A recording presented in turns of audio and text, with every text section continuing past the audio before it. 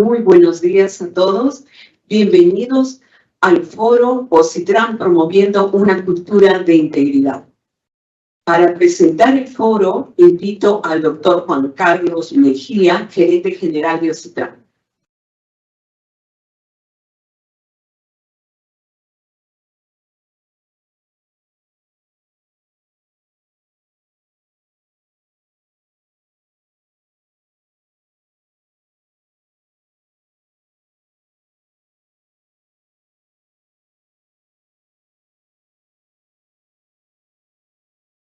Señora Verónica Zambrano Cofrilo, presidente del Consejo Directivo de OCITRAN. Señor Elías Balas Meléndez, presidente de la Comisión de Protección al Consumidor y Organismos Reguladores de la Red Pública. Señores miembros del Consejo de Usuarios Nacionales y Regionales de OCITRAN. Señores representantes de las empresas concesionarias de las infraestructuras de transporte de uso público. Señora Leonie Roca Boto Bernales, presidente de la Asociación para el Fomento de la Infraestructura Nacional, AFIN. Señores funcionarios y colaboradores de OCITRAN, invitados todos. Es muy grato dirigirme a ustedes para saludarlos y agradecerles por su participación en el presente evento. Realmente me alegra mucho verlos de manera presencial y simultánea. En particular, y dado que estamos de aniversario, quisiera renovar mi gratitud y reconocimiento a todos los colaboradores de la familia OCITRAN. Muchas gracias por su compromiso, por el esfuerzo cotidiano y genuino que realizan para cumplir los objetivos institucionales. Gracias por compartir de manera auténtica la vocación de servicio que debe caracterizar al funcionario público.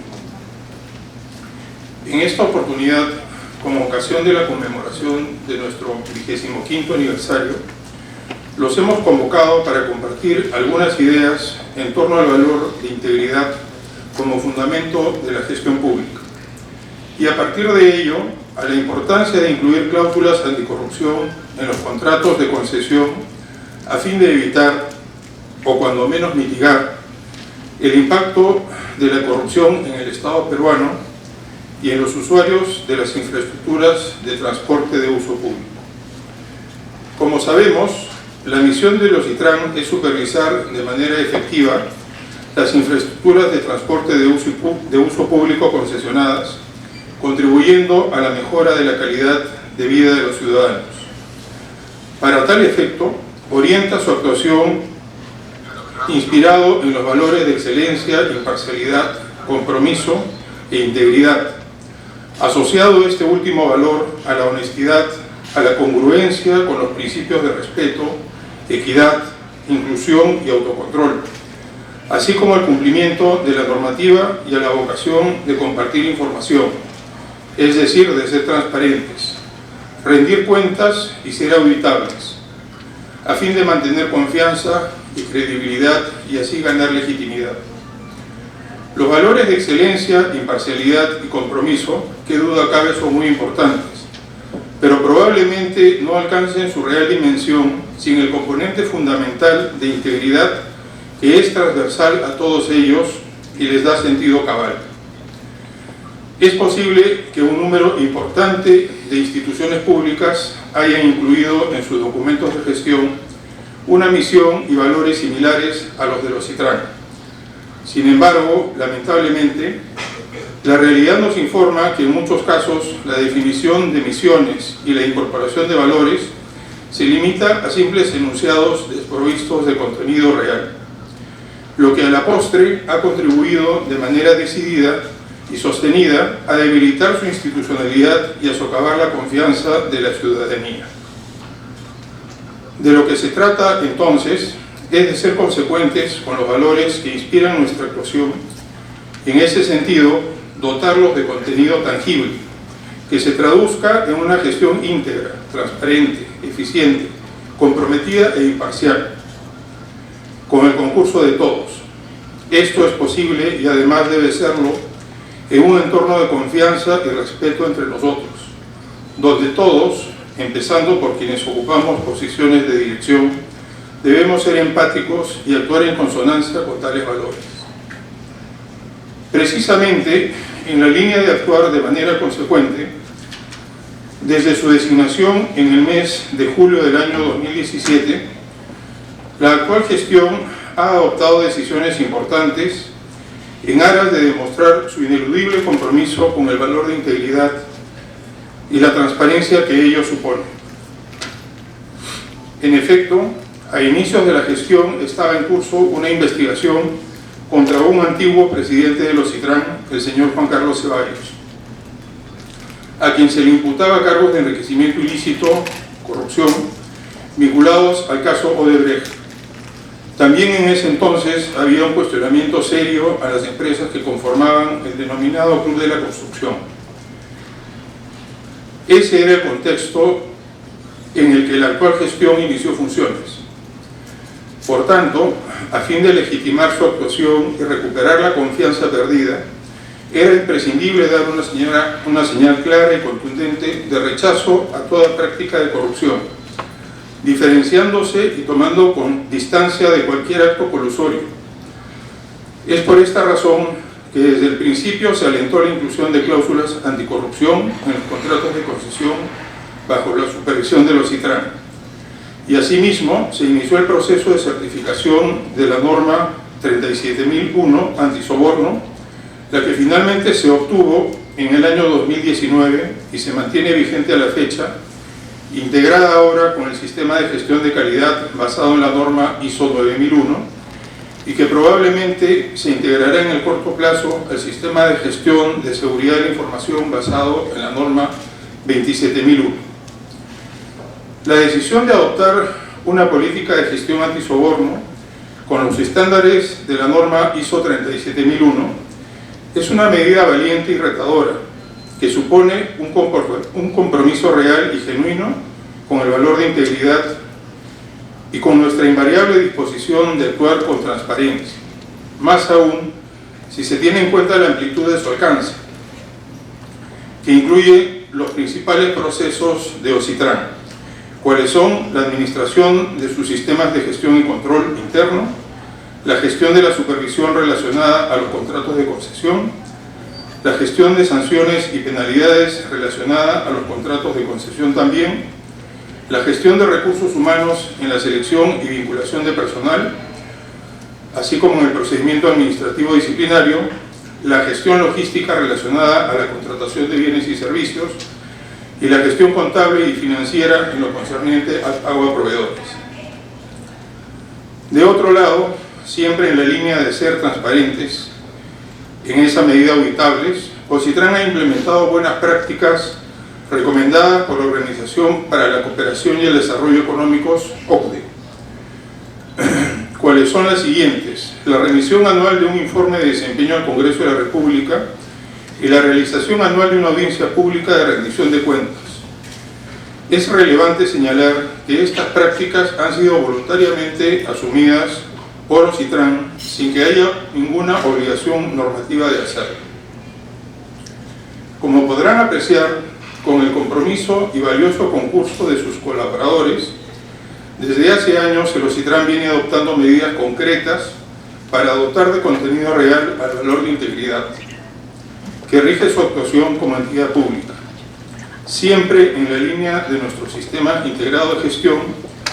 Habrá espacio para la mejora continua, pero estoy seguro que estamos encaminados en la dirección correcta y que desde la función pública tenemos la hermosa y noble oportunidad, también el deber, de contribuir al bienestar de los ciudadanos. Muchas gracias y feliz aniversario.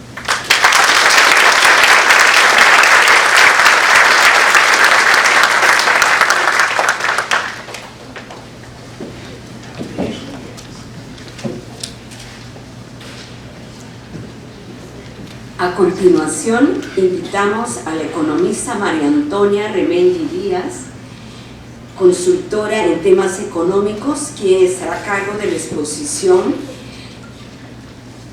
La cláusula anticorrupción en los contratos de las infraestructuras.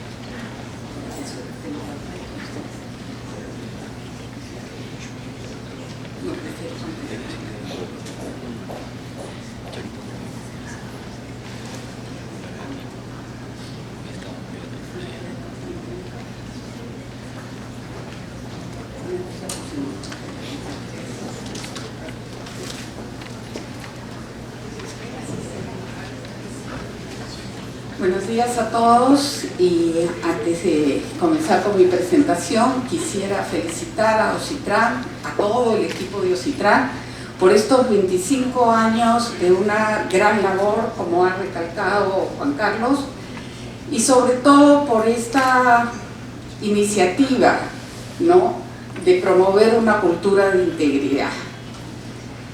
Lo que voy a presentar aquí son los resultados de un trabajo que me encargó OSITRAN, porque tenían el problema, la sensación de que los concesionarios no firmaban la cláusula anticorrupción, y desde el punto de vista de la economía o del economista me pidieron que sugiriese iniciativas que podía seguir el OSITRAN para incentivar o dejarle ver a los concesionarios que es importante la firma de la cláusula anticorrupción. Hablar de una firma de cláusula anticorrupción en el Perú es muy distinto de hablar de una firma de cláusula anticorrupción en Finlandia. ¿Por qué? Además de que uno está más al norte y hace más frío, Finlandia tiene los mejores indicadores de corrupción, de los que Perú no tiene los peores, pero sí estamos con una corrupción generalizada. No los voy a aburrir con datos sobre corrupción, porque todos nosotros, estoy segura, conocemos, hemos sido víctimas, escuchamos en la televisión, etc., de qué tan extendida está la corrupción. Si a alguien le interesan los indicadores de corrupción para el Perú, tengo un documento colgado en academia.com donde discuto todos los indicadores sobre corrupción del Perú, pero aquí no voy a hacer eso. Entonces, posible, no funciona.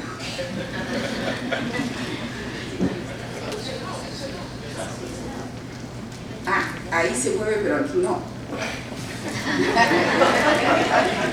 Ok. Un poco confuso, lo que veo en la pantalla no es lo que está ahí, pero bueno. Entonces, yo les venía diciendo que analizar la cláusula anticorrupción en el Perú es analizarla en un entorno donde hay niveles de corrupción generalizados, donde existen leyes y convenios. No es que en el Perú no existan leyes y convenios para luchar contra la corrupción. Muchos pensarán que no existen. No, señores, sí existen. Y con un serio problema generalizado de gobernanza que impide que estas leyes y convenios internacionales lleguen a tener resultados. Ese es el panorama que quiero que ustedes tengan mientras yo estoy hablando. Como les decía, no hay datos, no hay datos aquí, ¿no? Por razones obvias, pero la excepción no es la corrupción en el Perú. En el Perú la corrupción está generalizada a tal punto que el entonces alcalde de Lima, cuando hacía una obra, ponía estos letreros que dicen: obra entregada, más obras sin corrupción. Eso, la verdad que la foto la tomé yo porque me llamó la atención. O sea, uno va a otro país y no lee, no por todas las calles, no, un letrero que dice: oigan, yo lo hice sin corrupción. O sea, debería ser al revés, ¿no es cierto? Que la corrupción sea la excepción. Acá la excepción es terminar una obra diciendo, además, si quieren me auditan, no, porque yo he puesto mi letrerito que dice: aquí no hubo corrupción, me imagino. Ya. Entonces, eso nos dice que tan extendida está. Pero a pesar de que hay leyes y convenios, todos sabemos que la corrupción sigue avanzando. ¿Por qué? hay varios factores, pero yo me voy a centrar como economista en dos. ¿Ya? El primero es que en el Perú existe un serio problema de gobernanza que impide, como les decía antes, que las leyes y las normas tengan en la práctica los resultados que deberían de tener. ¿Qué cosa es la gobernanza? Rapidito, porque no estoy en una clase de economía, no. Y yo he escogido 3 indicadores de gobernanza del Banco Mundial. Son 6, pero solamente 3 nos vamos a dar cuenta qué nos está pasando. Uno es la efectividad gubernamental, ¿no?, que refleja la percepción que tienen las personas en el Perú, ¿no?, de la calidad de la formulación y aplicación de las políticas y la credibilidad. Esto es muy importante, la credibilidad que se tiene del compromiso del gobierno. Está el gobierno comprometido con estas leyes y normas. La calidad regulatoria, su nombre lo dice, ¿no?, es la capacidad, refleja la capacidad del gobierno para aplicar y formular y aplicar políticas que permitan el desarrollo del sector privado. Y la última es el Estado del Derecho, de lo cual muchos hemos escuchado últimamente, que la corrupción afecta el Estado de Derecho. Refleja la percepción de la medida en que los agentes confían en la sociedad y respetan las normas. Este cuadro rapidito, ¿ya?, es para el Perú desde 1996 al 2011. Parecería que nos va bien, pero no, porque el número máximo del indicador del Banco Mundial es 2.5. El punto mínimo es menos 2.5. Entonces, el Perú lo máximo que ha tenido es 0.6 en el año 2000. Estamos mal. ¿En dónde estamos peor? En la línea gris, que es el Estado de Derecho. ¿Qué es el Estado de Derecho? Es la percepción de la medida en que los agentes confían en esas normas. ¿Qué es lo que pasa? Si nosotros sabemos, si los peruanos sabemos, que el policía es corrupto, que el gobernante es corrupto, que la persona con la que tienes que lidiar es corrupta, entonces las leyes están en el papel, ¿no? Porque tú dices, no, el policía no me va a poner una multa, por eso me paso la luz roja, para ponérselos así en un ejemplo más cotidiano, ¿no es cierto? Entonces, es la gobernanza lo que impide que estas leyes y convenios que tenemos las logremos aplicar en la práctica. Hay una discrepancia entre lo que dice la teoría y lo que es la práctica.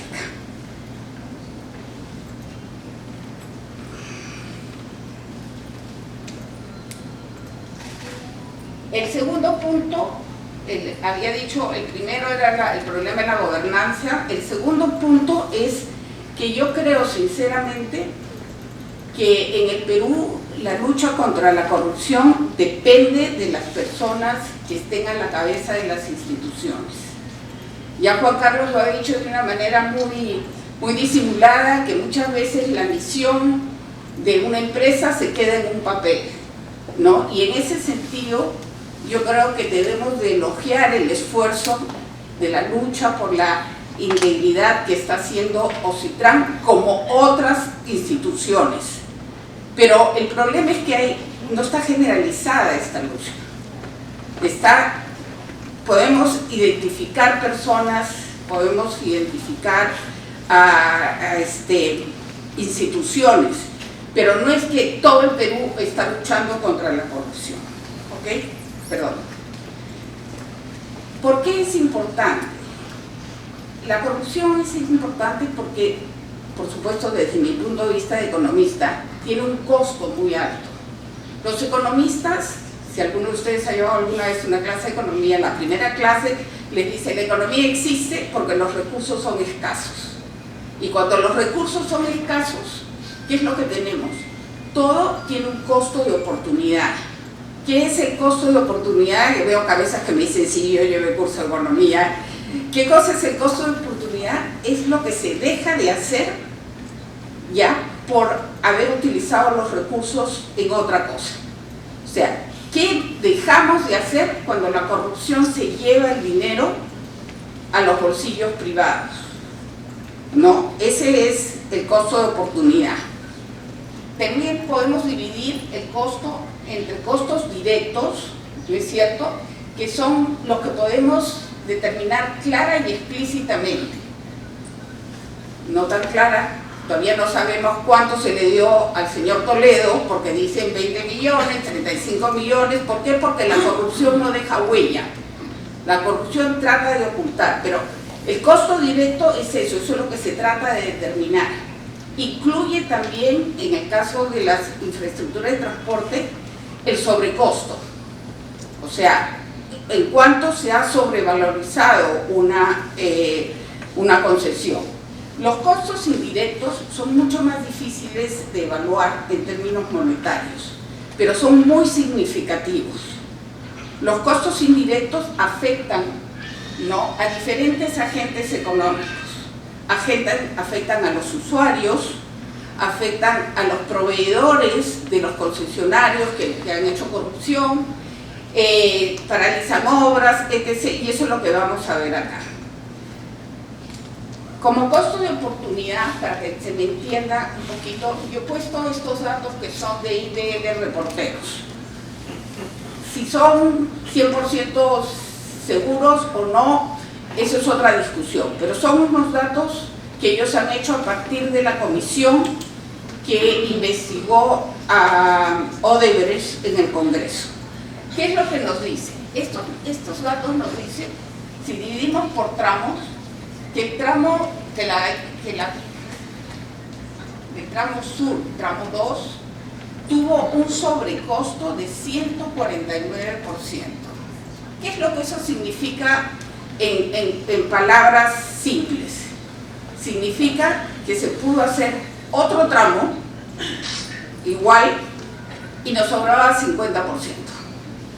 ¿No es cierto? Así con el siguiente tramo, que es el tramo 3 de la sur, 73% de sobrecosto. O sea, se pudo construir 75% más y así sucesivamente. Ahora, esto es, digamos, el costo. Pero yo les he dicho que los economistas evaluamos el costo de oportunidad. Y pude haber escogido cualquier escenario. Y yo escogí evaluarlo con respecto al problema que habíamos tenido con el COVID. Si ustedes recuerdan, o si ustedes, me imagino, vivieron todos el problema del COVID, Perú comenzó entre el público y el privado solamente con 530, creo que eran camas UCI de adultos, no había camas UCI de niños, ¿no es cierto? Entonces, si nosotros usamos este sobrecosto, pudimos, y si digamos el dinero se canalizó bien y todo, se pudieron haber construido o obtenido en total 13.614 camas UCI. O, no decía, o 7.446 camas pediátricas, que son más caras que las camas de adultos, por razones obvias. O se pudieron hacer, ustedes se acuerdan que al costado de los hospitales hacían hospitales provisionales con carpas y todo eso, se pudieron hacer 2.390. Entonces, ese es el costo de la corrupción, es un ejemplo. Entonces, la próxima vez que ustedes escuchen a alguien que dicen, yo voy a votar por fulano porque hace obra, aunque roba, les pido que por favor se acuerden de esto.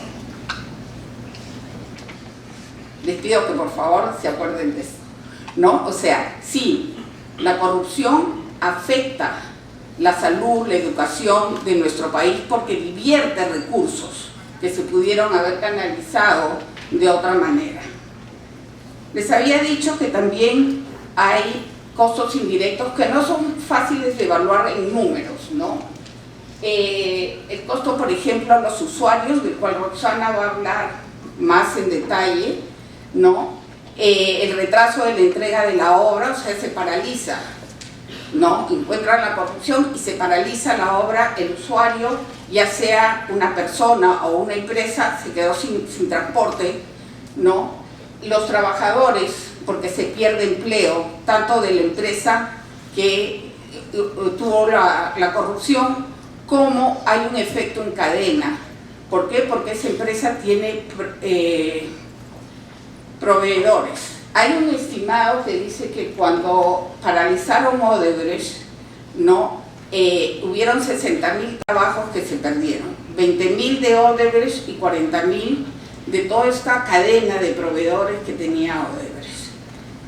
Los proveedores, porque cuando le embargan los activos a las empresas vinculadas con corrupción, se genera un corte en la cadena de pago.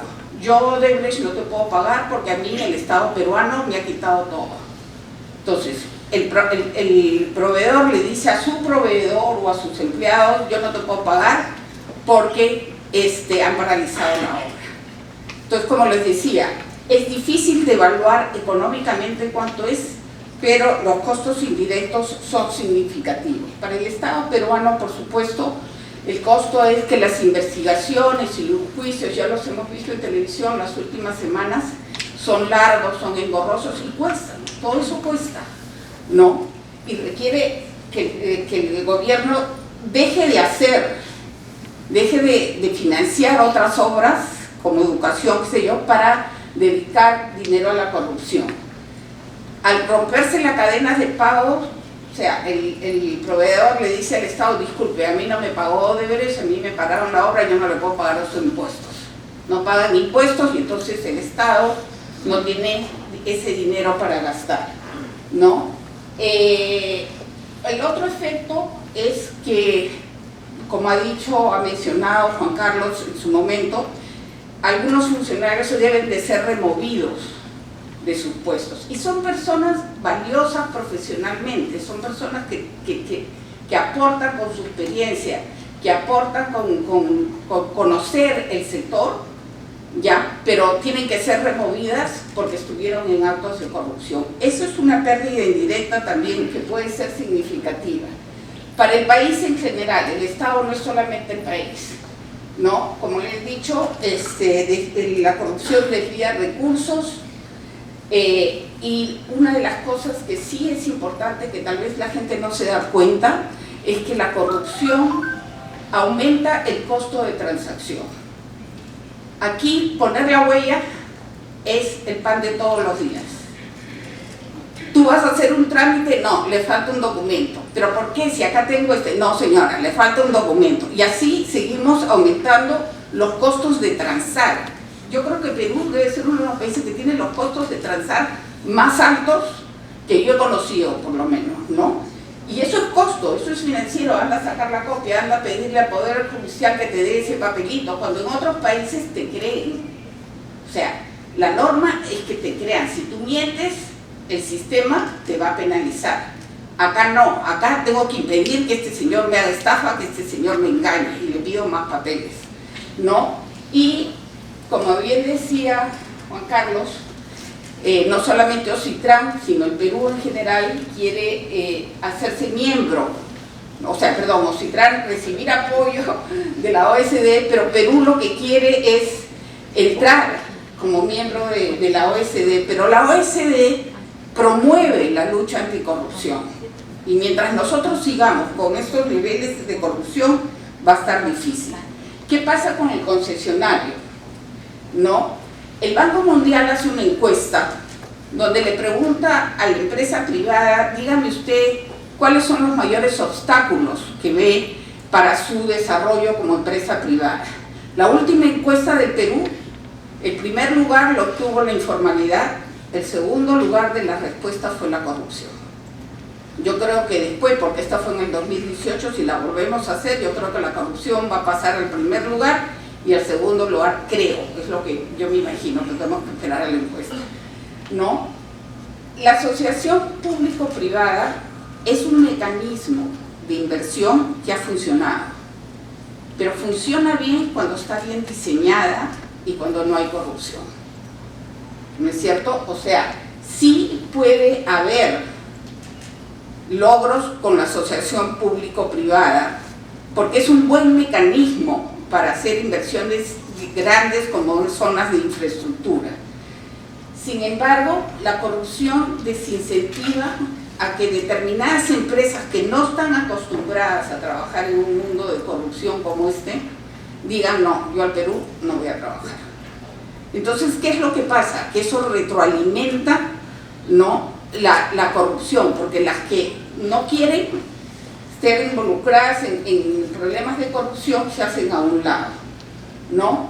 Y hay un desprestigio al sector privado, por ejemplo, por el caso Odebrecht.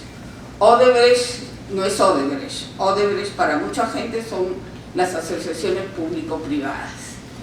Y eso es una cosa que el sector privado tiene la obligación de defenderse y decir, señores, no todos somos Odebrecht. Y por ahí entro, la cláusula anticorrupción, ¿no? Entonces creo haber puesto las mentes en este escenario y en este costo tan inmenso que tiene la corrupción. Como bien dijo Juan Carlos, desde el año 2017, que coincide con el destape de Odebrecht, se genera la obligatoriedad de poner en cualquier nuevo contrato una cláusula anticorrupción, ¿ya? Ocitran tiene 32 concesiones que supervisa. 2 de ellas fueron adjudicadas después de 2017. 2 de ellas habían firmado a través de una adenda, pero porque ya iban a firmar la adenda por otra cosa. Acá dice que hay una que está pendiente, pero ayer, lo que pasa es que Rosario me pidió las láminas el lunes, entonces ayer sale publicado en El Peruano que el terminal portuario de Paita ha firmado su adenda con la cláusula anticorrupción. Entonces, ¿cuántas le quedan a Ocitran? Y por eso la doctora Zambrano tiene dolores de cabeza, le quedan 27 que no han firmado. Hay una que está por terminar, ¿no? Entonces, como las adendas toman tanto tiempo, yo diría que la meta y los dolores de cabeza de la doctora Zambrano son 26, ¿no? Como les explicaba, la manera de cambiar un contrato existente es a través de una adenda, no hay forma. Yo ya firmé mi contrato, el Perú lo tiene que honrar y yo lo tengo que honrar, ¿no es cierto? Pero da la impresión que los concesionarios no toman en cuenta que ellos tienen algo que ganar. Cuando se modifica un contrato, en la teoría de contratos, tiene que ser una solución gana-gana. Gana el Estado peruano y ¿qué gana el concesionario? ¿No? Entonces, una de las cosas que gana es mejorar la imagen del sector privado, la credibilidad que se tiene del sector privado.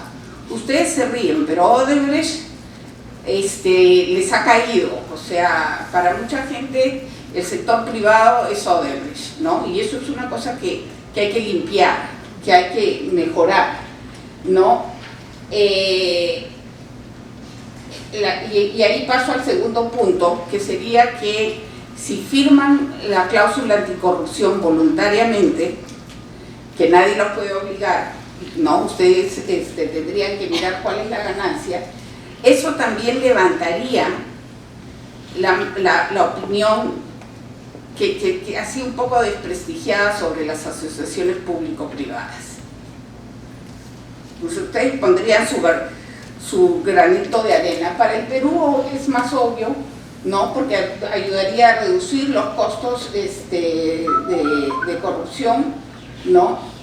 Y ayudaría a la gobernanza, entendiendo así muy rápidamente que la gobernanza es la credibilidad en las instituciones y en las leyes. Como me pidieron recomendaciones, yo le di a la doctora Zambrano 3 recomendaciones, ¿ya? Yo creo que, dado que la vía para cambiar un contrato son las adendas, la doctora Zambrano debería de insistir con el Ministerio de Transportes, con Proinversión, para que de ahora en adelante no se firme ninguna adenda si no se incluye la cláusula anticorrupción. ¿Qué gana el privado? El privado gana lo que quiere con la adenda. Está modificando él también un contrato, él quiere ganar algo, más tiempo, más recursos, cambiar algo, qué sé yo, ¿no es cierto? Entonces, pero como lo que he dicho al principio se cumple, que es decir, todo depende de quién está en la cabeza, quién es la fiscal de la nación, quién está dirigiendo Ocitran, Eso tiene que quedar como un compromiso escrito. O sea, tiene que trascender quién está en la cabeza del organismo, una norma, algo como lo que pasó con la cláusula que se ha firmado finalmente o se ha publicado finalmente ayer. Sin embargo, el Ministerio está firmando otras adendas por el LIBOR y no ha incluido la cláusula anticorrupción. Ya, yo no quiero entrar en esa discusión, pero si hubiese una norma o si hubiese algo por escrito, tendría que incluir la cláusula anticorrupción. La segunda recomendación es que si bien la doctora Zambrano, ¿no?, se encarga siempre de tratar de incluir en su opinión sobre las adendas la cláusula anticorrupción, yo creo que ella también ha mencionado a propósito de cuando comenzaba la cláusula anticorrupción en una entrevista, que la cláusula se puede flexibilizar. Hay concesionarios que no la firman porque no les gusta la cláusula. Hay cositas que se pueden, no vas a modificar el fondo, pero si lo que no te gusta es algo, se puede conversar, ¿no? El Ministerio no puede poner la misma cláusula en todos los contratos. Si el concesionario le está diciendo, oiga, yo quisiera conversar con usted, ver que se pueda flexibilizar. Tenemos, creo yo, que se pueda flexibilizar eso. Y la última recomendación es que yo sí creo que se puede hacer una lista de los concesionarios que voluntariamente han firmado la cláusula anticorrupción. Es como hacer público una buena práctica. La doctora Zambrano puede tener una lista y decir, bueno, señor, usted está en mi lista de los que firmaron, porque quien nada debe, nada teme. Al final, ese es el fondo del asunto, ¿no es cierto? ¿Para qué gana el concesionario? El concesionario tendría como digamos, estar en esa lista sería para el concesionario como, ok, tú firmaste en Perú, ¿no?, porque te adhiriste a la no corrupción, ya lo sabemos y eso es un punto a favor. Hacerlo público es importante. ¿Qué ganaría el concesionario? Sería, y por favor no vayan a poner letreritos por todas las obras de infraestructura, pero sería como este letrero, ¿no es cierto? La doctora Zambrano tiene una lista y este señor levantó la mano y dijo, hizo su obra sin corrupción. A mí, la verdad, y me parece que eso podría facilitar mucho e inducir a las personas a que firmen. Al margen de eso, yo quisiera dar 3 mensajes. Si se salen de esta charla con estos 3 mensajes, ya yo me siento feliz. El primer mensaje es que la corrupción es un crimen económico. ¿Por qué es un crimen económico? Porque su impacto es tan grande en la sociedad y afecta a tanta gente de distinta manera que ya es considerado un crimen, y porque le quita recursos, ¿no es cierto?, al resto para obras que nos permitirían desarrollar como país. Primer mensaje. Segundo mensaje. Ustedes dirán, yo he leído el libro de Quirós. Quirós dice que la corrupción viene de mucho tiempo atrás, ¿no es cierto? Y entonces, ¿para qué, señora Remendi? Hay corrupción, no vamos a cambiar. Bueno, hay personas como el procurador Ubas que reconoce que en Perú la corrupción no es coyuntural. Viene, o sea, todos reconocemos lo que Quirós dice en su libro, viene de atrás, ¿ya? Tiene raíces históricas, sistémicas y estructurales. Sin embargo, dice Ubas, y esto quiero que por favor lo recuerden, la corrupción no está en el ADN de las personas. Nadie nace corrupto. Entonces se puede cambiar. ¿Ok? Como soy economista, me tengo que valer de los expertos, ¿no? Jorge Yamamoto es un psicólogo social de la Católica, a quienes de repente ustedes lo han escuchado en radioprogramas, en entrevistas, ¿no? Entonces, lo que Jorge dice es, los peruanos estamos en una situación de depresión, no solamente por la corrupción, por la crisis económica, por la inseguridad en que vivimos. Él dice, la sociedad peruana está perdiendo energía. ¿Qué es lo que él plantea? Él dice que sí se puede salir de esta depresión en que estamos todos y creemos que ya no podemos luchar contra la corrupción si se hace un plan de valores donde participen distintos estamentos de la sociedad. Por ello, tiene un gran valor esta lucha de Ocitrán por inculcar valores. ¿Por qué? Porque lo que dice Yamamoto es: una persona no va a cambiar al Perú, una persona no va a cambiar la corrupción, pero esa persona sí cambia, la persona cambia su entorno y así podemos seguir avanzando. Entonces, el segundo mensaje es: sí, la corrupción viene de atrás, pero hay esperanza. Podemos, y con ejemplos como los de Ocitrán, salir adelante. Y la última es que todos debemos ser parte de la solución, no de la corrupción. Cuando el problema está tan extendido, es conocido que se dice todos tienen que ser parte de la solución. Entonces, el tercer mensaje es: háganle caso a Ocitrán, sigan las normas que ha diseñado tanto la introducción como Juan Carlos, y sí hay esperanza. Y a los concesionarios, ayúdennos a cambiar esto, porque ustedes también ganan. Muchas gracias.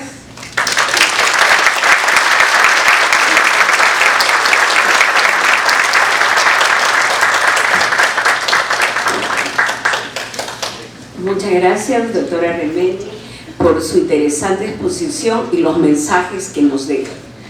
A continuación, tenemos a la doctora Roxana Barrantes, quien nos dará un enfoque sobre la corrupción y su influencia en los usuarios.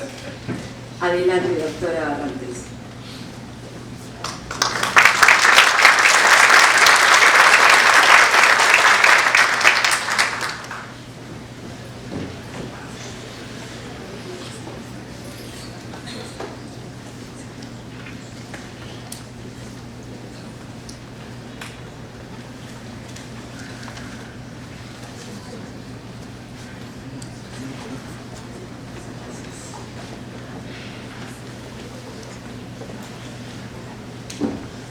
Muy buenos días.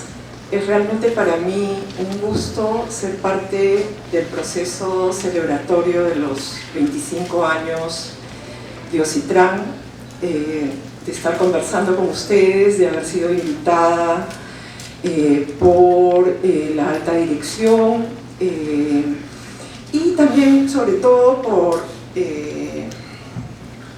tener la oportunidad de dirigirme a ustedes luego de la brillante exposición de Choni, como le decimos, María Antonia Remengi, la magíster Remengi. Y digo esto porque yo comencé a trabajar en el Departamento de Economía de la Universidad Católica como jefe de prácticas, y Choni ya era docente. Y me tocó, realmente no me tocó, sino tuve el privilegio, la suerte de que yo era jefe de prácticas del curso que ella dictaba. Y yo sé que esto no se hace ahora, los jóvenes podrán corroborar lo que estoy diciendo. Yo iba a todas sus clases. Y en realidad el cuaderno que hasta hoy tengo del curso de Microeconomía 2 es el cuaderno de la clase del curso que dictó María Antonia Remengi. Creo que la claridad con que María Antonia ha expuesto, ha dado las recomendaciones y los mensajes, creo que dan testimonio de esa gran capacidad docente y de claridad. Yo ojalá pueda tener la claridad y una fracción de lo que ella ha tenido. Gracias, Choni, por todo lo que nos haces aprender. Dicho esto, creo que me toca comenzar con la presentación, y sí quiero aclarar desde un inicio que esto es fruto de una reflexión, no necesariamente de un estudio que he realizado, porque yo sé que no parece ni en el caso de Choni ni en el caso mío, pero ya la experiencia va contando por décadas. Entonces, esa experiencia de décadas, se ríe Mauro acá adelante, esa experiencia de décadas van dejando aprendizajes, y no solo es lecciones, perdón, van dejando lecciones, y además uno va combinando desde los diferentes sectores del sector de la administración pública, donde uno ha tenido oportunidad de participar. Importantísimo promover la cultura de integridad. Hoy es 10 de mayo de 2023. Yo recuerdo cuando salió la ley de creación de OSITRAN en el año 1998, porque además fue una de esas leyes que uno decía, ¿qué está pasando acá?, ¿no? Porque la primera parte tenía que ver con algo del desarrollo aeroportuario, y la segunda parte se crea OSITRAN, ¿no? Entonces era claro que había habido un toma y daca en el Parlamento para poder sacar el contenido de la ley de desarrollo aeroportuario, ahorita no me acuerdo, y esta segunda parte con la creación de OSITRAN. Yo soy actualmente docente de la Católica e investigadora del IEP. Quiero dejar por delante que todo lo que diga es a tono estrictamente personal, y bueno, todo el mundo es dueño de sus silencios y esclavo de sus palabras. Vamos a ver qué es lo que termino diciendo. ¿Cuál es el contenido? Esta presentación tiene cuatro partes: una motivación, un enfoque teórico, porque finalmente he sido formada por la profesora Remengi, un enfoque práctico. Por un momento pensé que iba a estar acá el Contralor, y mucho de este enfoque práctico tiene que ver con algunas ideas que quería dejar en la mesa, a la luz de que tenía un rato los oídos del Contralor, pero yo creo que va a resonar con ustedes, y algunas lecciones del caso Odebrecht, no sacadas por mí, sino yo les diré de dónde las he sacado. Vamos con la motivación del problema. ¿Cuál es la motivación? Y acá, como se dice coloquialmente entre gitanos, no nos vamos a leer las manos, ¿no es cierto? Entonces, nosotros queremos desarrollar infraestructura para que los usuarios, los ciudadanos y las ciudadanas, evidentemente, tengan mejor calidad de vida. Eso es la motivación final. En el camino sí aplicamos nuestros conocimientos, ingenieros, abogados, economistas, innovamos, ¿no?, con diferentes maneras de brindar estos servicios, con diferentes ideas de cuál, en el caso de infraestructura de transporte de uso público, cuáles son las combinaciones intermodales atractivas. Hacemos ganancias, algunos trabajando y otros porque son emprendedores, empresarios, y están motivados por el lucro. Lo que es, y acá no quiero ir a la película Wall Street ni nada por el estilo, pero sí, motivados por el lucro, que es una motivación perfectamente razonable. Entonces, claro, mucha de esta infraestructura se financia con dineros públicos, y como dijo con mucha claridad al explicarnos el concepto de costo de oportunidad, si yo dedico el dinero a hacer 3 ramales de una relación origen-destino, es que yo ya no tengo dinero probablemente para hacer el intercambio intermodal IRSA-Norte, ¿no? Y esa oportunidad, eso fue lo que pasó.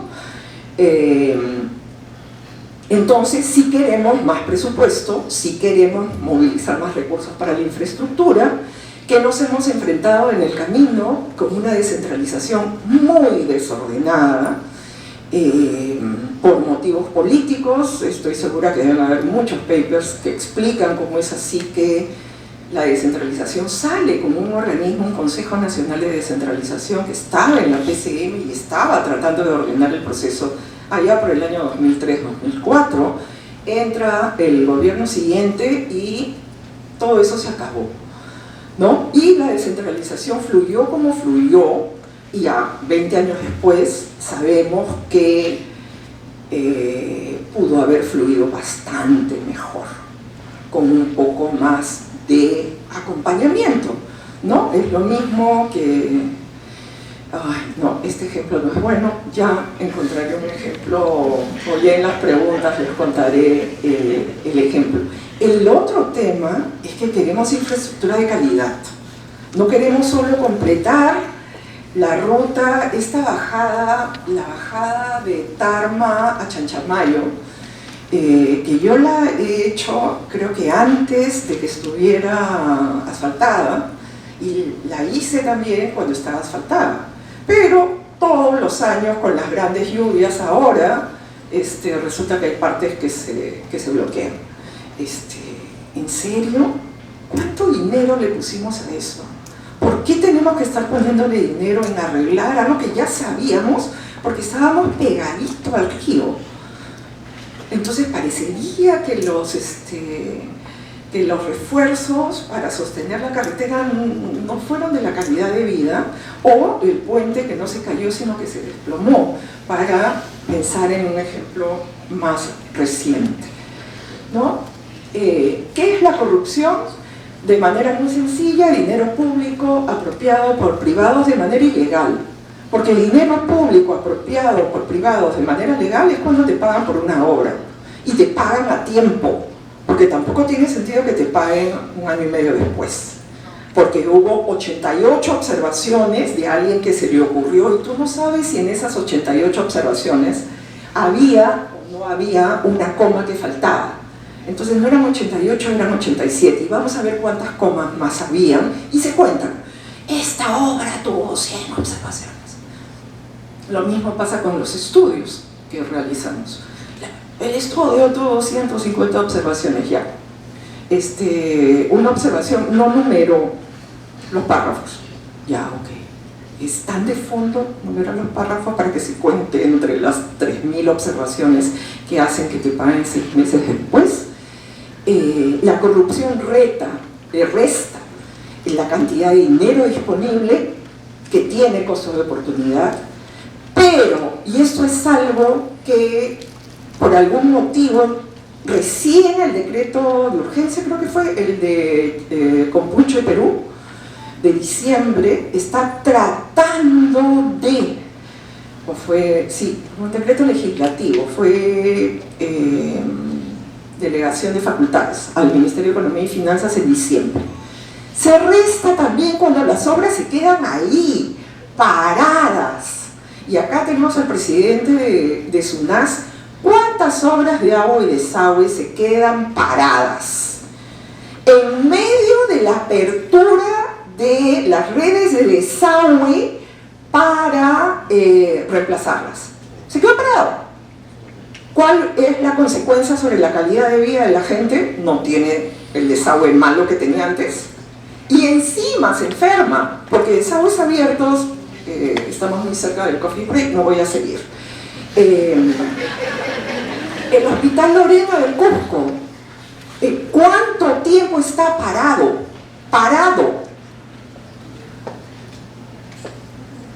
¿Por qué? ¿Por qué eso es correcto? Los abogados, claro, tienen todo, pero tengo que establecer la responsabilidad, que si hubo, que si no hubo, que el proceso, que el procedimiento. Sí, la calidad de vida de la gente. Y el proceso paradísimo. En ese momento el gasoducto del sur, voy a ver si tengo la oportunidad de comentar esto, parado. Punto. Estamos pagando el mantenimiento de los tubos, que a estas alturas, 6 años después, ya me imagino que están bien oxidados. Bueno.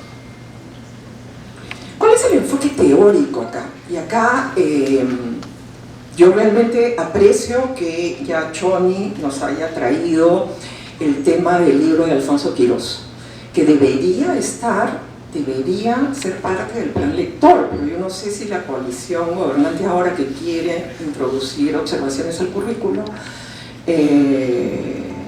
educativo lo va a permitir, ojalá que sí, ojalá que sea parte de su contribución a la lucha anticorrupción. El libro de Alfonso Quirós es la historia de la corrupción en el Perú. Quirós, no sé cuántos lo han leído, es un buen regalo, ahora del Día de la Madre, podrían aprovechar, y el próximo mes el Día del Padre. ¿Cuál es la gracia? Después que uno lee el libro de Quirós, uno dice, oye, ¿cuántas calles del Perú tienen los nombres de todos estos señores que está documentado que participaron en actos de corrupción? ¿Por qué no cambiamos el nombre de esas calles? Digo, está toda la evidencia histórica y por supuesto, en un ratito continúo. El tema de corrupción tiene que ver con un tema de asimetría de información. Quienes están en protección del consumidor se basan en el tema de la asimetría informativa, asimetría de información. El productor tiene más información sobre la calidad del producto que el consumidor. Pero en este caso, ¿qué tenemos? Tenemos que quienes van a construir, emprender la obra, tienen más información sobre cómo se hacen las cosas que quienes se encargan, que están en el Estado, ¿no? Entonces enfrentamos lo que se suele llamar riesgo moral, pero es acción escondida, ¿no es cierto? Yo no sé, o sea, yo, ministro de Economía y Finanzas, le asigno tanto dinero a tal alcalde para que, o gobernador regional para que haga tantos hospitales, yo no sé cómo va a organizar esa provisión ese gobernador y no tengo manera de supervisarlo. Por eso se dice acción escondida. Piensen ustedes nomás cuántos organizan sus oficinas, de tal modo que ustedes ven la pantalla de todos y cada uno de sus trabajadores, ¿no? Esa es una manera de pelear el tema de acción escondida, porque si la pantalla está tapada, uno se distrae, pues, ¿no? El tema es que se distraiga razonablemente y no pase el día distraído, ¿no? Entonces, ¿cómo supervisas? Todo el mundo ve todas las pantallas, ¿no es cierto? Típico tema de corrección de acción escondida. Y ustedes dicen, bueno, eso pasa pues acá. No, pasa en todas partes. Y por eso pongo entre comillas, hacen las mejores familias en la OECD. Y acá les paso, ahí está el enlace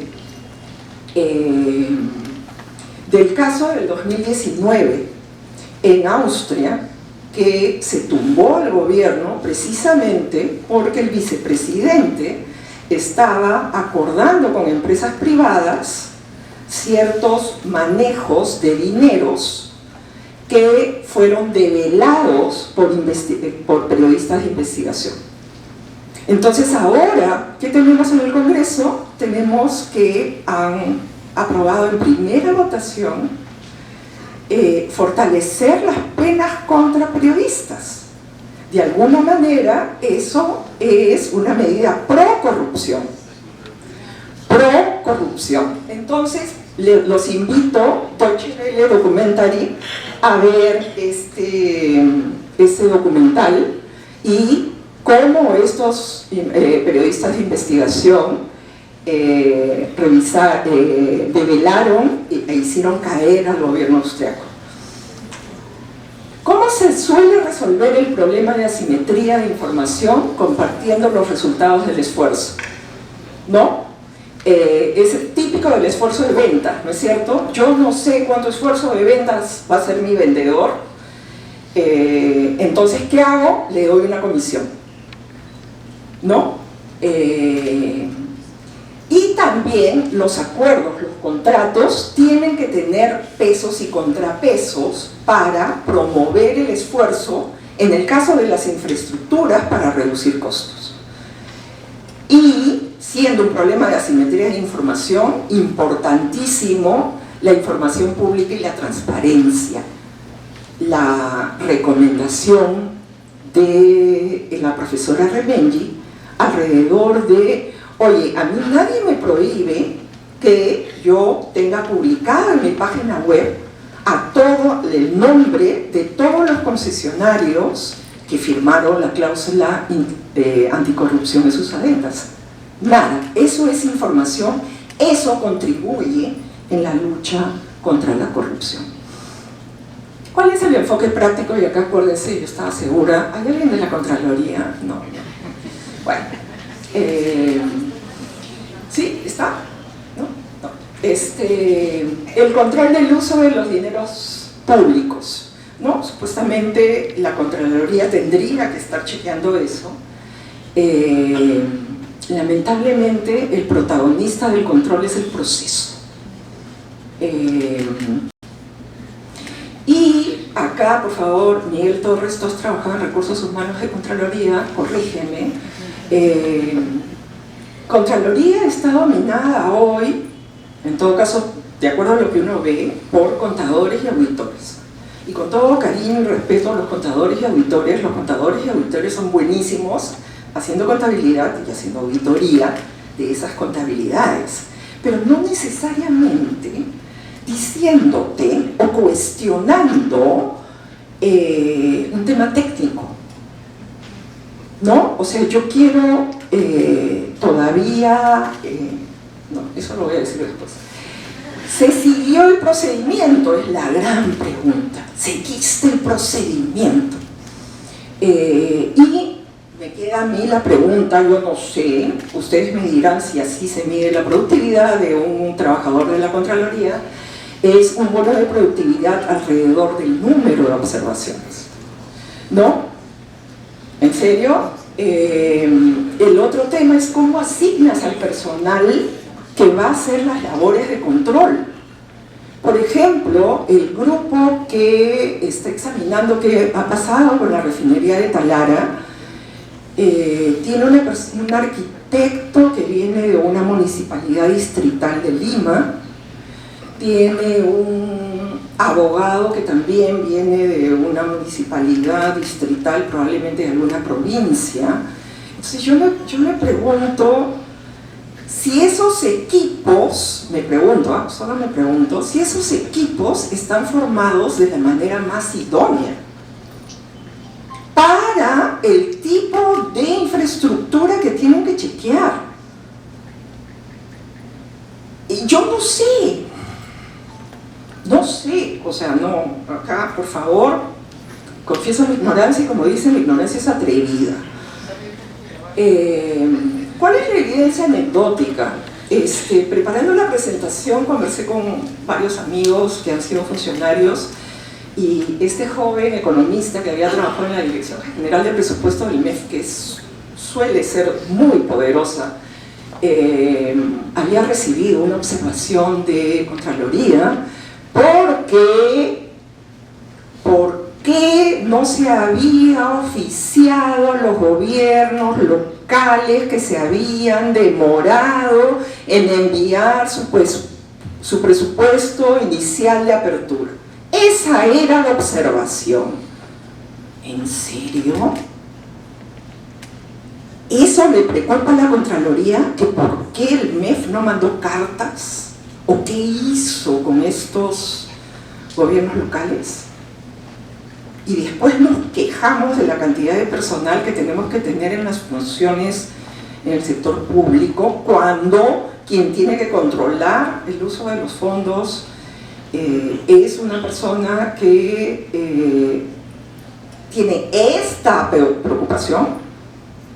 Y claro, este amigo me decía, en lugar de seguir el procedimiento, tendrían que seguir el dinero. Y acá yo discrepo un poquito, déjenme discrepar de la parte de... Yo estoy segura que vamos a estar de acuerdo cuando conversemos, tenemos que seguir el destino del dinero. Entonces la siguiente pregunta es, ¿por qué a los funcionarios públicos, yo vengo llenando este formulario desde este siglo, y yo no sé cuántos formularios, no hay inteligencia artificial, no hay machine learning, no hay manera, ahora con la declaración jurada de intereses, tienen manera de saber todos tus contactos, todos tus familiares, y qué están haciendo con el seguimiento de los posibles dineros de corrupción? Porque la Contraloría, claro, de cuando en cuando sale y dice, yo he iniciado procedimientos a no sé cuántos. Ok, pero de esos procedimientos que he iniciado, ¿cuántos han surgido por investigación de los contadores, de los equipos técnicos? ¿Y cuántos han surgido por la prensa que hizo periodismo de investigación? ¿Cuántos? Entonces, ese es un tema, puede ser un tema de tesis, ¿no?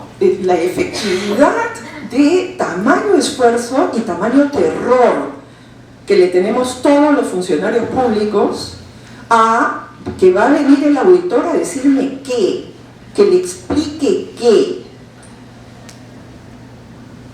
A ver, más evidencia anecdótica. ¿Ustedes han leído las tradiciones de Ricardo Palma?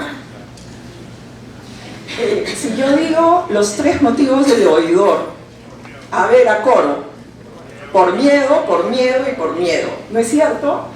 Entonces, ¿qué recomienda la Contraloría? Mejorar los procesos, ¿no? ¿Cuál es el resultado? Como dijo, procesos más engorrosos y poco eficientes. Señora, le falta un papel.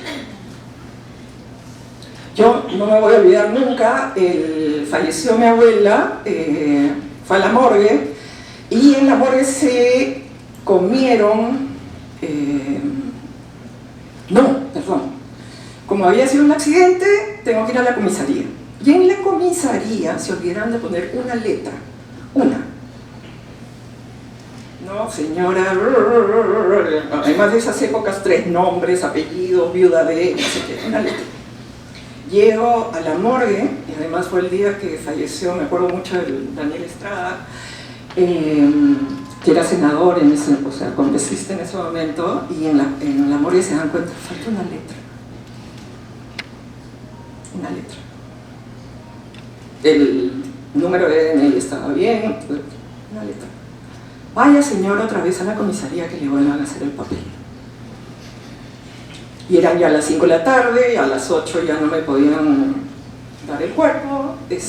Procesos engorrosos, poco eficientes, que no promueven la innovación y que no estoy segura que reducen la corrupción, porque ¿qué hacemos los peruanos? ¿Y qué hacemos en todas partes del planeta? Somos creativos. Vemos un obstáculo, ¿cómo lo resolvemos? Echa la ley, echa la trampa. Creo que antes de las recomendaciones, no sé cómo estoy de tiempo, ¿cuánto tiempo? Gracias. Ese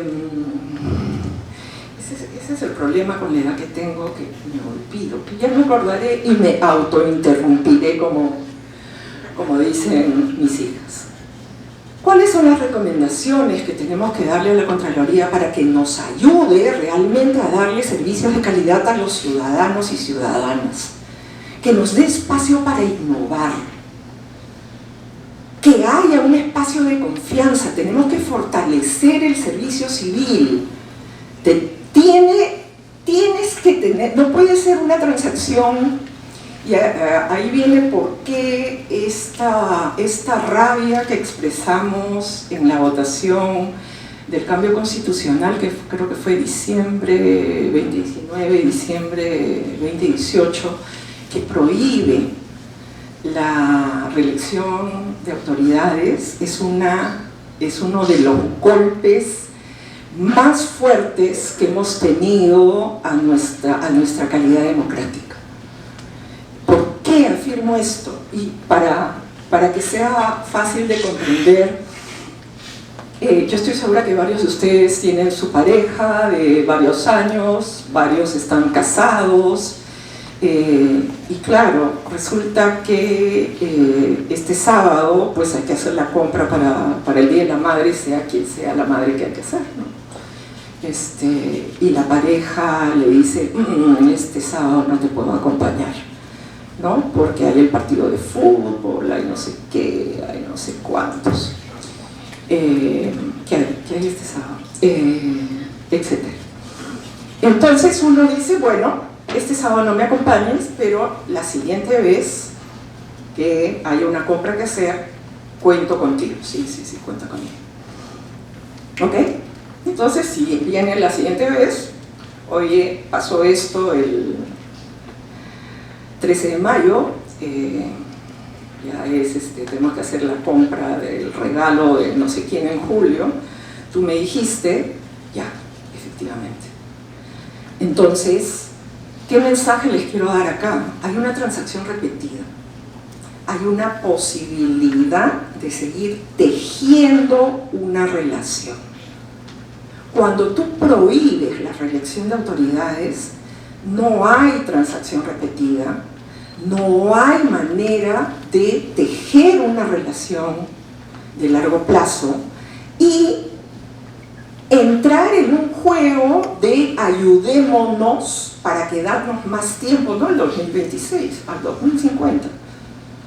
Si medimos, yo sé que algunos de ustedes pueden estar en desacuerdo con algunos de los congresistas que ya no hemos visto en estos últimos congresos, pero estaba mirando una transacción de largo plazo, donde hoy día es para ti, mañana es para mí, pongámonos de acuerdo.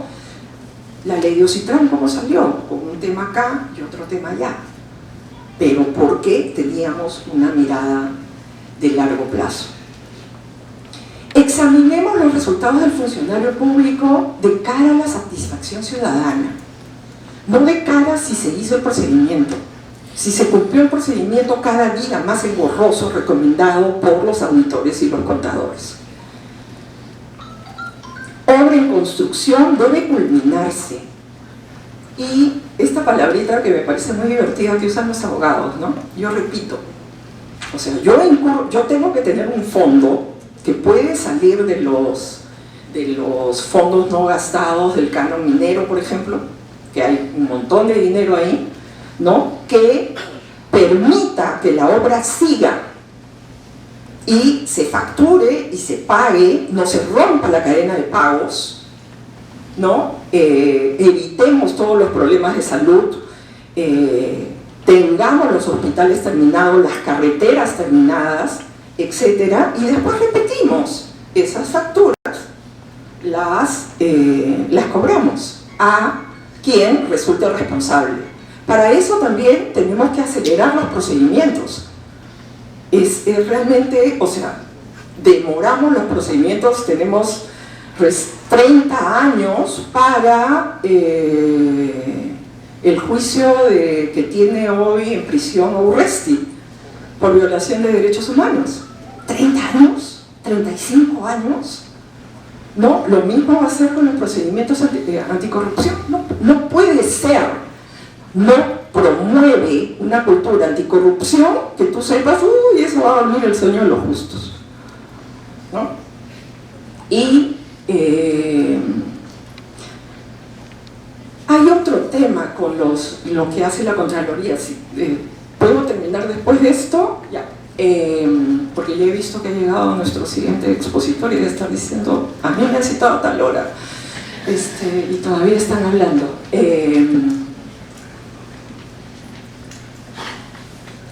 Todas las entidades públicas tienen una auditoría interna. Yo realmente tengo el privilegio y la gran responsabilidad en este momento de estar sirviendo en el directorio del Banco Central. Y yo hasta ahora no veo ningún procedimiento de control que tenga que ver con los documentos de sustento para, o el procedimiento seguido para fijar la tasa de interés de referencia, que es el gran instrumento que usa el Banco Central para hacer efectiva la política monetaria. De hecho, el día de ayer hemos tenido la sesión de proyecciones, y esto es sabido, y el día de mañana a las 6 de la tarde saldrá el comunicado con la decisión. Ninguno. Por supuesto, se chequea si están todos los papeles, se chequea el arqueo de la bóveda, se chequea los procedimientos de contratación, pero jamás, y yo quiero ver quién va a ser el contralor que va a iniciar un procedimiento de cuestionar al Banco Central cómo está fijando la tasa de interés de referencia de política monetaria. Jamás he visto ese cuestionamiento. pero sí lo veo en todo el resto, que por qué hiciste la inversión de este tamaño, que por qué la inversión no fue de este otro tamaño, que por qué el procedimiento no fue un procedimiento de endeudamiento directo, por qué lo hiciste como APP y a un directorio, y al siguiente directorio, ¿por qué no lo hiciste por financiamiento directo? O sea, a un directorio le cuestiona por qué lo hizo por financiamiento directo y a lo otro lo contrario. Y efectivamente la ignorancia es atrevida. Tenemos que tener cuidado, y los dejo solamente con las lecciones del caso Odebrecht, que están en esta revista. Campos, Engel, Fischer y Galetovich. Recuerden ustedes, Engel, Fischer y Galetovich son los de quienes han formalizado el tema de las APPs y nos muestran cómo acá no lo estamos aplicando de la manera como está diseñado teóricamente. Nicolás Campos trabaja en espacio público, Engel, todos chilenos. Engel fue presidente de la comisión que nominó la señora Bachelet para hacer diseño de recomendaciones anticorrupción. Realmente tenemos que leer y con esto termino, por favor, Rosario, perdón, Roberto, perdón a todos. ¿Cuáles son las implicancias de política pública que pueden encontrar? Les recomiendo, y si alguno, yo le puedo pasar el PDF, competencia y transparencia, información en los procesos, mejoras en la publicidad de la información financiera de las empresas. Y ahí viene un tema que vemos mucho en regulación. Yo prefiero regular, yo como regulador, prefiero regular una empresa que está listada en bolsa que a una empresa que no está listada en bolsa. De ahí la importancia de profundizar los mercados financieros. A nivel de Perú, creo que ya este año se están uniendo las bolsas de Perú, Chile y Colombia. Eso es un gran esfuerzo que tenemos, y las empresas que no están listadas en bolsa es un elemento bueno de transparencia. Piénsenlo. El tercero es bien delicado. Un solo criterio objetivo para determinar al ganador. ¿Por qué? Y eso es un juego para nosotros, porque nosotros decimos, sector público, no sabemos realmente cómo tiene que ser, no sabemos. Entonces combinamos algún criterio objetivo, como la tasa de retribución del Estado, por ejemplo, con lo que se llama un concurso de belleza, dame el mejor proyecto. Y no solo eso, sino aceptamos todo lo que son iniciativas privadas. Y buena parte de los problemas que hubo con Odebrecht, noten que estos son lecciones a partir de Odebrecht, no de Perú, de Odebrecht en el mundo, con una metodología bien sólida.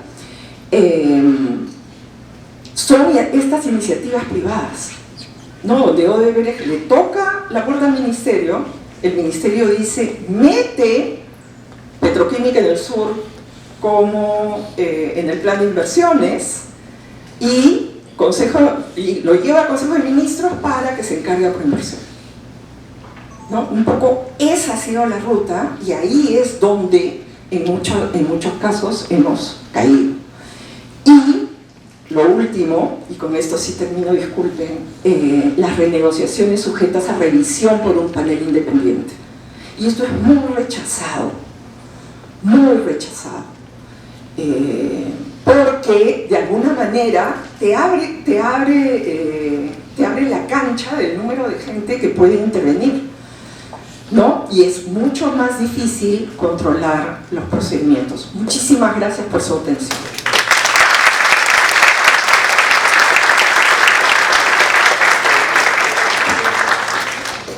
Muchísimas gracias, doctora Barrantes, por su exposición.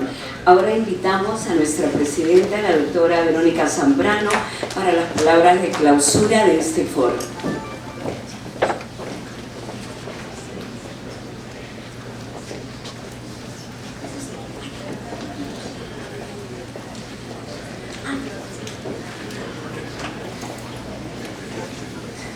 Señor Juan Carlos Mejía, gerente general del CITRAN, señor Elías Vargas Meléndez, congresista de la República, señores miembros de los consejos de usuarios nacionales y regionales, señor Mauro Gutiérrez, ¿está o se retiró?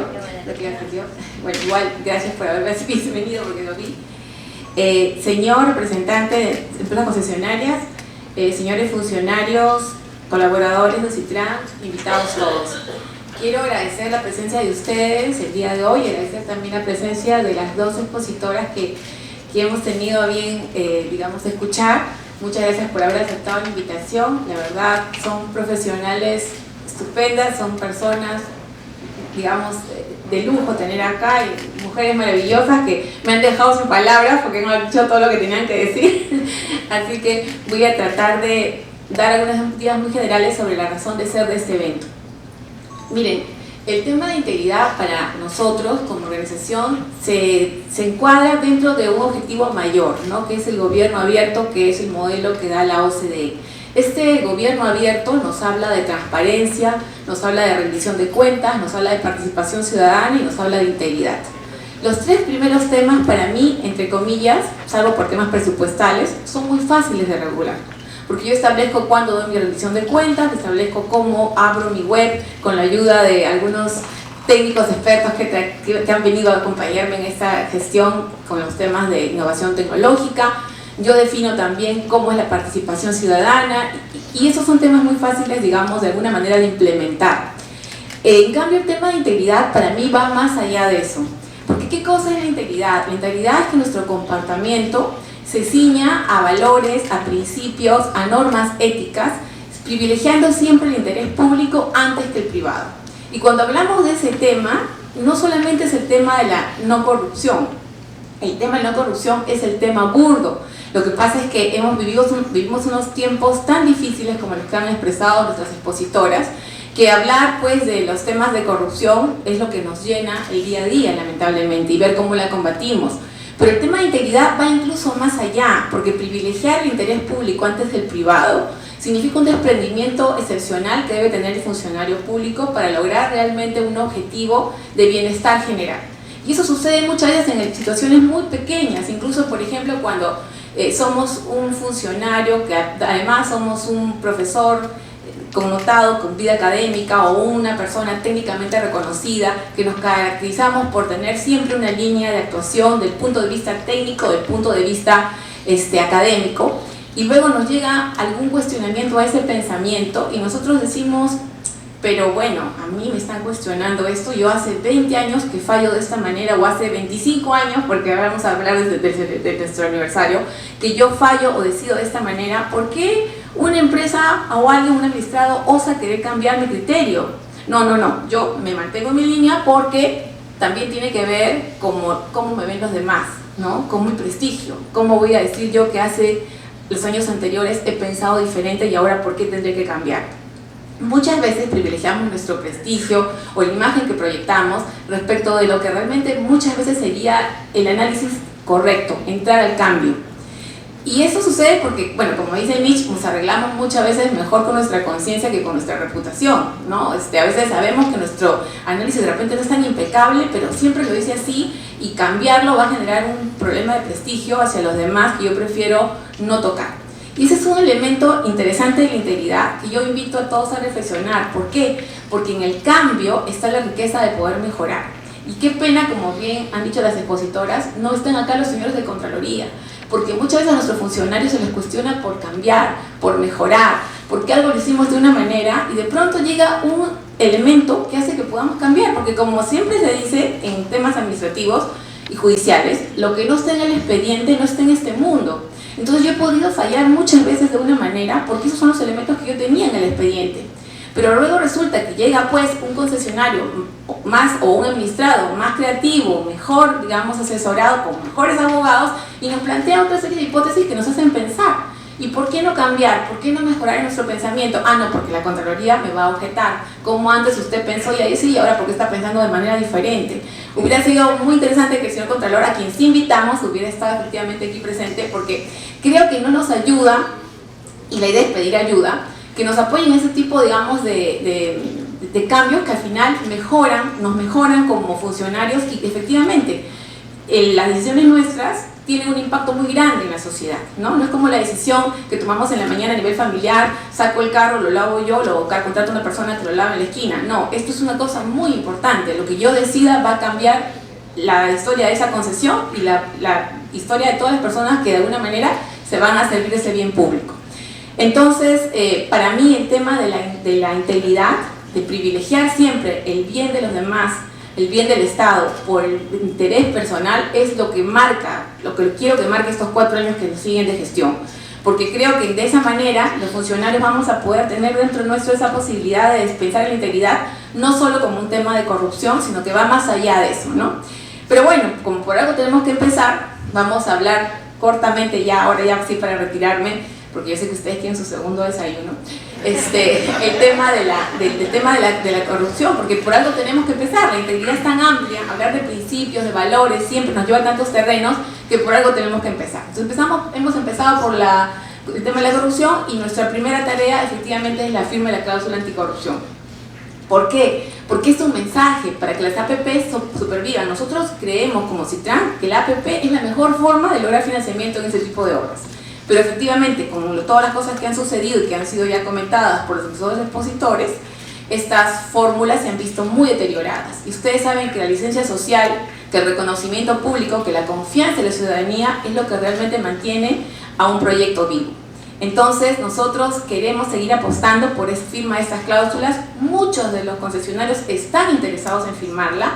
Como bien dijo la doctora María Antonia, hay una situación compleja en cada concesión. Tenemos muchos concesionarios que han presentado su cláusula y creemos que también debemos voltear al Estado y decirle que esa cláusula no puede ser igual y tiene que ser un tanto flexible, porque lo que tiene que lograr es el objetivo, que en el fondo es un mensaje, porque muchas de esas empresas ya que son, digamos, empresas que funcionan en otros países, tienen por sus propias reglas de confianza y de comportamientos éticos ya muy pauteados.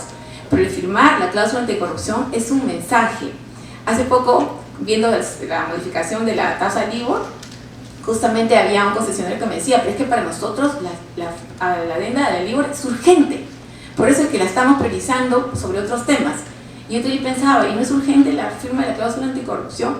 También lo es, lo que pasa es que no estamos viendo cómo es que proyectamos ese mensaje a los ciudadanos, ¿no? La importancia de comprometernos con un comportamiento adecuado en el ejercicio del contrato de concesión, porque sabemos que probablemente sus propias fórmulas empresariales así ya lo están dictaminando. Ese es el compromiso que queremos recoger. Y bueno, un poco hemos acogido las recomendaciones, todas las recomendaciones que se nos ha hecho la doctora Remengi, y justamente ahora, no sé si lo podemos, a ver, hemos implementado, ahí está. Hemos implementado nuestra página web. ¿Qué hacemos para que aparezca la magia? Porque acá lo tengo mirándole. Ahí está. Hemos implementado ya en nuestra página web lo que nosotros denominamos un barómetro, ¿no? Y este barómetro, que es un barómetro de integridad,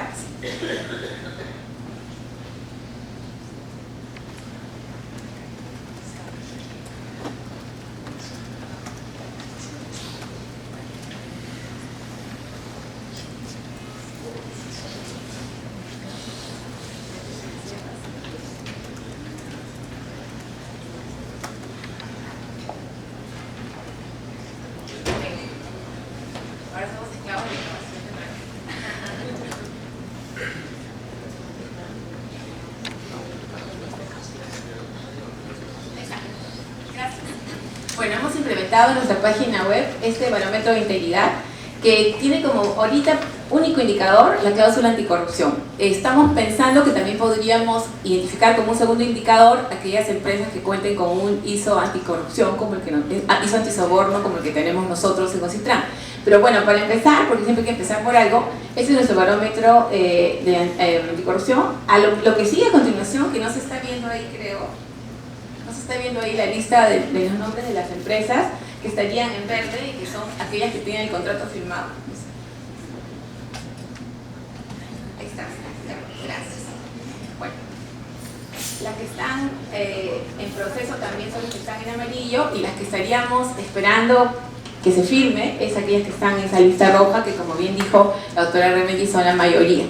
Pero yo he conversado con muchos concesionarios y sé que tienen esa intención, que incluso nos han mandado, empresas del grupo que pertenecieron al grupo de Odebrecht, nos han enviado incluso sus propuestas. Entonces yo creo que ese es un buen mensaje frente al Estado, decir yo tengo este proyecto de cláusula y sí lo quiero firmar. Efectivamente tiene que haber algunos ajustes. A veces hay una confusión de lo que pasó en el pasado, se cree que si la cláusula solamente toma el futuro va a haber impunidad y no es así, ¿no? Es un compromiso que podría ser a futuro, es un tema que nosotros vamos a trabajar también con el MTC, pero bueno, lo que nos interesa en realidad es que este sitio web siempre se esté actualizando y sean más las empresas que vayan pasando de la línea roja hacia la línea verde. Ese es nuestro objetivo en estos 4 años de gestión, pero siempre enmarcado, como les digo, en ese concepto de integridad, que también no solamente debe ser algo exclusivo de OCITRAN, sino que también de las empresas, ¿no? Reconocer cuando a veces nos equivocamos y ver cómo solucionamos, porque al final somos, como dice bien, una asociación Estado-empresa y el único objetivo que debemos perseguir es el bienestar de los ciudadanos a través de la mejora de las infraestructuras de transporte. Muchas gracias.